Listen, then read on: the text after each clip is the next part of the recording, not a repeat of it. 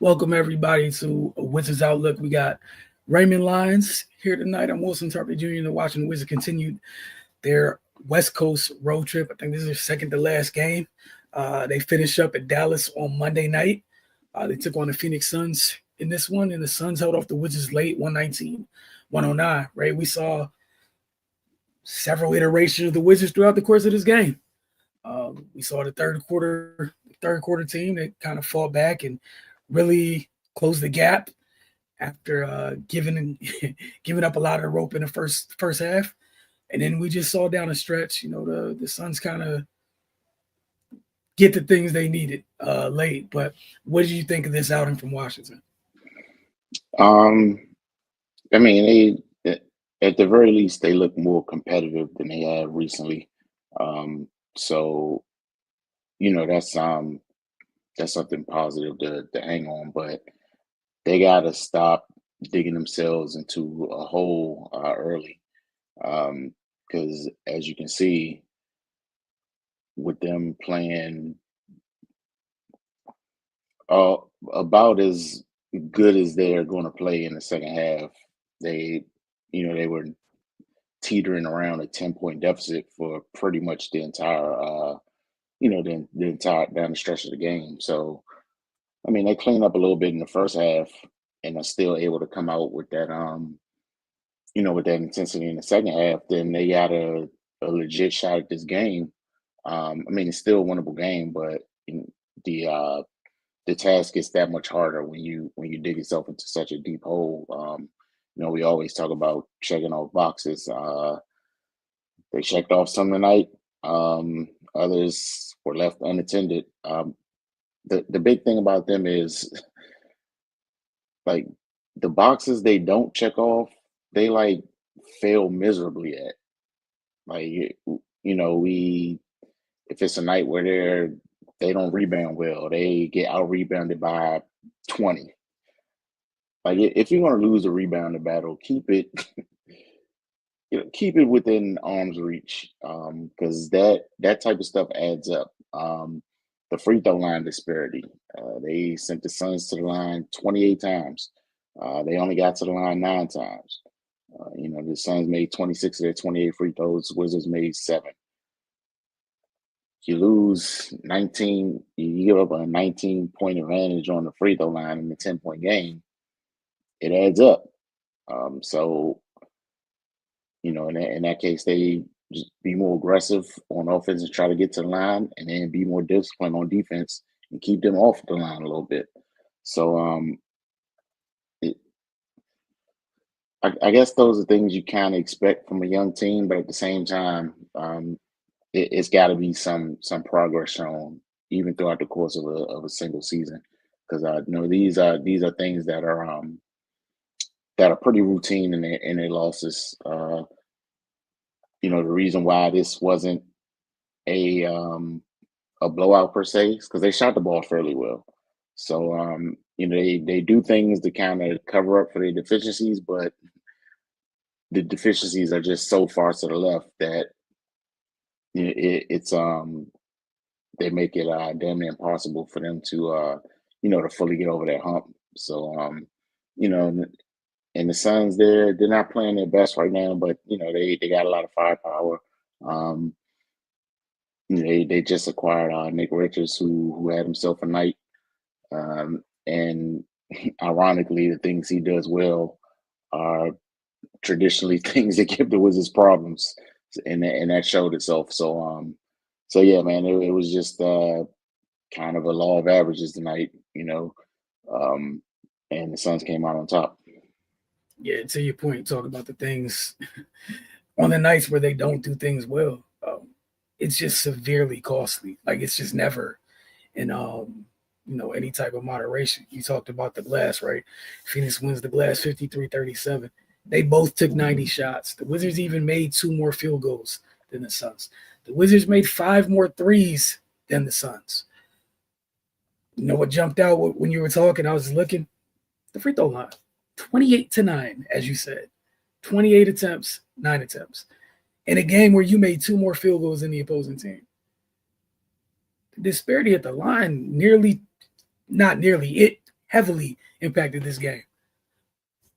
The rebounding. 53-37, they had 12 offensive rebounds. Of those 12 offensive rebounds, I would love to know how many led to free throws afterwards. That free throw margin killed them. All right, so they took care of the ball tonight. You talk about check boxes that they checked. Only 8 turnovers. Phoenix turns it over 11 times. Usually when Washington turns the ball over, regardless of the overall amount, we always talk about how many points did they concede off the turnovers.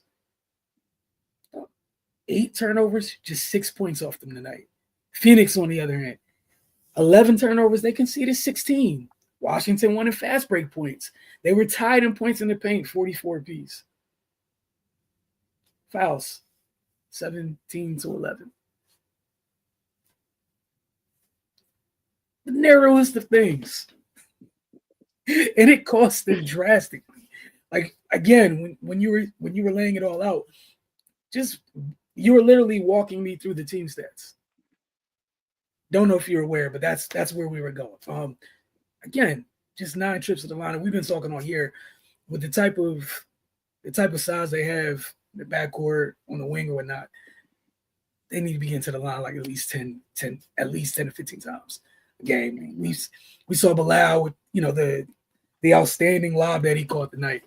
It caught a crazy one in Charlotte too. The guy size, man. I think changed the starting lineup tonight. Key started, so Keyshawn started. That was JP, Bilal, Keyshawn, Kuz, Sar. Just that group. 9 free throws is unacceptable. And it's not like you're playing a really good defensive team in Phoenix. Like, let's not do that either. 9 free throws is not free throws. It's unacceptable. There's a reason the Suns are 23-21, regardless of people that they're missing. There's also a reason they literally had to go get Nick Richards. Not a great defensive team. Yeah, it's just so costly. Like, it's just those little things. They're so freaking costly on a night-to-night basis. You just never know which box it's going to be. But it's always to their detriment.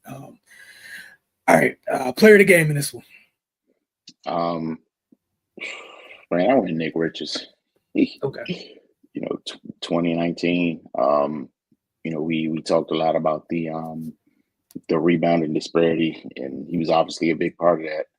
He gave the Suns a lot of extra possessions. And was just a deterrent in the lane on both ends.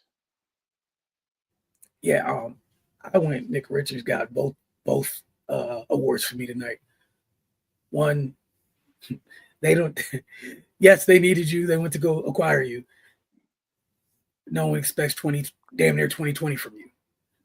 2, 20 and 19 is ridiculous, and it literally swung the game in a huge way, especially in the first half when Phoenix built that lead. Like, I think in the first, he was out rebounding Washington for a little bit. He was killing the offensive glass. I think 5 and 6 offensive rebounds came in the first half. It was huge tonight. How many times, down the stretch, Washington's trying to get stuff going? I know he didn't necessarily end up with the rebound all the time, but he was keeping folks off the glass. You talked about being a deterrent. He's giving them everything that their other centers have not been able to give them. It's a stark contrast between the person they had starting at the 5 before the trade and the person and him. It's a stark. Like you said, I think you said it perfectly earlier. Everything, his strengths, literally, not only do they match up well with what Washington struggles with, it's literally his strengths are exactly what they need. They sorely need. Also, hope that Ryan Dunn recovers quickly. He missed a large portion of the game with a sprained ankle after going on the first half. Who'd you have for X Factor though? Since I'm counting on your wave, man. I was trying to, go back through the game in my head, and man, Nick Richards with a clean sweep. What he brought, like you said, it swung the game. And even when the Wizards kind of mounted their comeback, he was able to kind of extend the Suns' lead and get them extra possessions. Like I said previously, this one play, I think the Wizards still ended up with the possession, but just his effort, it was late. You spot off to like the right wing with the yeah, sideline. He trying to tried to chase track down the the ball offensive down. boy, Yeah, he and like, chased it from rim all the way to almost to the Wizards bench. and almost got it. Like, Yeah. yeah, man, just little stuff like that. Yeah, definitely gave the Suns like an extra punch. And I think the Wizards cut it to like 4 at one point. Mm-hmm. And yeah, and I think what jump started the Suns extended the lead. I think Nick Richards got an offensive rebound, kicked it out to KD, and you blink and the lead is 13. So just simple plays like that kind of gave the Suns those little extra bursts that they needed to finish this one off. Yeah, like that stretch definitely came to mind. They cut it to 4. It's getting quiet in what is it, footprint center. It's getting quiet, and Nick Richards sparked like it was a KD run that was like 7 straight points or something, and it was just okay again. Everyone can breathe, like there was air available in the building again. I also think he just does a great job. Where I think late in the game, what was it, like 3 possessions late in the game? KD gets the ball. I want to say near the baseline. Washington sends the double on the catch, and Nick Richards, being any smart big when you play with great players, just flashed. Like tall person found other tall person. One footer found the other footer, and he ends up going to the free throw line, and he did a good job at the line as well. He went 6 for 7 from the line, but those little pockets, him being just again what he naturally brings to the table, you choose for them. They're gonna load up on Book. Teams are gonna load up on Book. Teams are gonna load up on Kev at times. Mm-hmm. He made people pay for it. Soon as the double went, here he goes flashing down the middle lane, and before they can even react to get the proper rotation, you have to foul him. Otherwise, getting put in the basket. But for Washington, what do you think about Kuz kind of getting it and going? Was it maybe the first time this year felt like Kuz and JP both were kind of being equally as productive? Yeah, no, that was yeah, I definitely meant to speak on that. That was refreshing to see because like we know what Kuz is capable of. But the last few games, especially like first just not even looking at the basket. Uh that's a no-go, man. Like they need you to score, dude. Like and I know we're critical of his shot selection, which which is justified at times. But at the very least, man, you got to at least get him up. Um, but when he plays within himself, he's extremely productive, and it puts them in a good spot. Um, you see what it looks like with him and JP having to go on at the same time.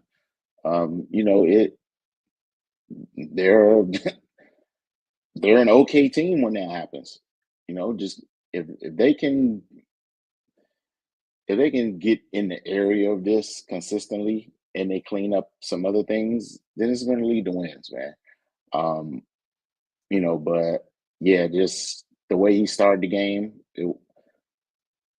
that's the clues that they need on a regular basis. I don't know if it was because of what the matchup was, but you're not in a space where you can pick and choose when you want to try to turn it on and off. Like 6 and 38, bro. Like it, it needs to be on all the time. But Give yeah, everything no, you have to offer, sir. yeah, but it's nice seeing both of them in the rhythm and playing off each other because I mean, yeah, when they're commanding that much of the other team's attention, it gives the young guys space to to operate and play more freely, and yeah, it just gives them puts them in a mode where they can just kind of play their own game and not have to shoulder the load. Because I mean, from a mental standpoint, whether they realize it or not, it's got to weigh on them when Poole and Kuzma are out there, and they're the ones that have to lead. That just shouldn't be the case. They should be playing off those guys. Yeah, and you hit the nail on the head. Like, this is what they need from you. It doesn't necessarily have to be 30, but you have to they have to feel your impact in the game. Like it is imperative. Like you said, just for you guys to be operating, to give yourselves a legitimate chance every night. The two of you need to be as engaged as possible. As engaged as possible. The switch needs to be taped to on. And this was a noticeable difference this game between last game. Where obviously we know the Clippers defense is a little bit different than Phoenix's defense. That said, what was like one shot for much of it? Can't be that. And I was cool with it tonight in terms of how we got going. It wasn't jumpers. No, that's the thing. When you see him get downhill, then usually those are the nights where the three ball looks fine eventually. It's when it starts with the three ball and it doesn't fall, and then we don't know where, both of them have the propensity to, they start kind of wild from three. We don't know where we're going tonight. We have no idea where it goes. But again, they got one more stop on this trip. Is in Dallas on Monday. So we will check in with you guys then.